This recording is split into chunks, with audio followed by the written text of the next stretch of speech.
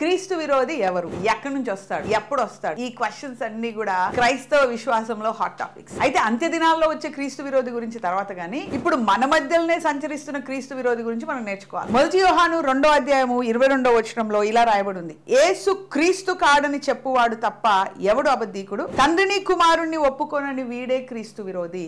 యేసయ్యని క్రీస్తు కాదని, అంటే తండ్రికి ఏకైక కుమారుడైన యేసు క్రీస్తు అభిషక్తుడు కాదని ఎవరు ఒప్పుకుంటారో వాళ్ళే క్రీస్తు విరోధి. మరి ఏ విషయంలో యేసు క్రీస్తు అభిషేకించబడ్డాడు అంటే, హెబ్రీలకు రాసిన పత్రిక 1వ అధ్యాయంలో 2వ వచనం నుంచి మనకు ఆయన అభిషేకము గురించిన సూచనలు మనకు వస్తాయి. ఏంటంటే, ఆ దినముల అంతమందు కుమారుని ద్వారా మనతో మాట్లాడాను. కుమారుని ద్వారా మనతో మాట్లాడాడు అంటే యేసు ఎందుకు మాట్లాడు మనతో? రక్షణ ఇవ్వడానికి. అంటే యేసు క్రీస్తుని రక్షకునిగా అభిషేకించబడ్డాడు. తర్వాత ఆయన కుమారుని సమస్తమునకు వారసునిగా నియమించెను. అంటే భూమి మీద భూమి కింద సమస్త అధికారము యేసు క్రీస్తుకి ఇవ్వబడింది. ఆయన పునరుత్థానమైన తర్వాత కూడా ఒలివ కొండ మీద శిష్యులతో అదే మాట అంటాడు, భూమి మీద భూమి కింద సమస్త అధికారం ఇప్పుడు నాకు ఇవ్వబడింది అంటాడు.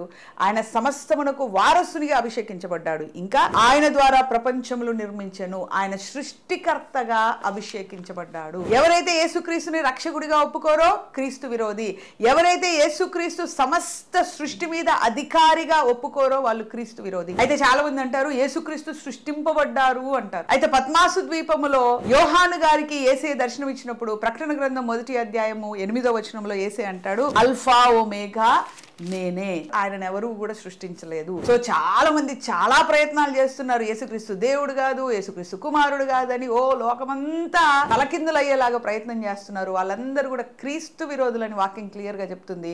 ఎవరైతే యేసుని క్రీస్తుగా అర్థం చేసుకొని అంగీకరిస్తారో వాళ్ళు రక్షింపబడతారు, తండ్రి చేత అంగీకరింపబడతారు.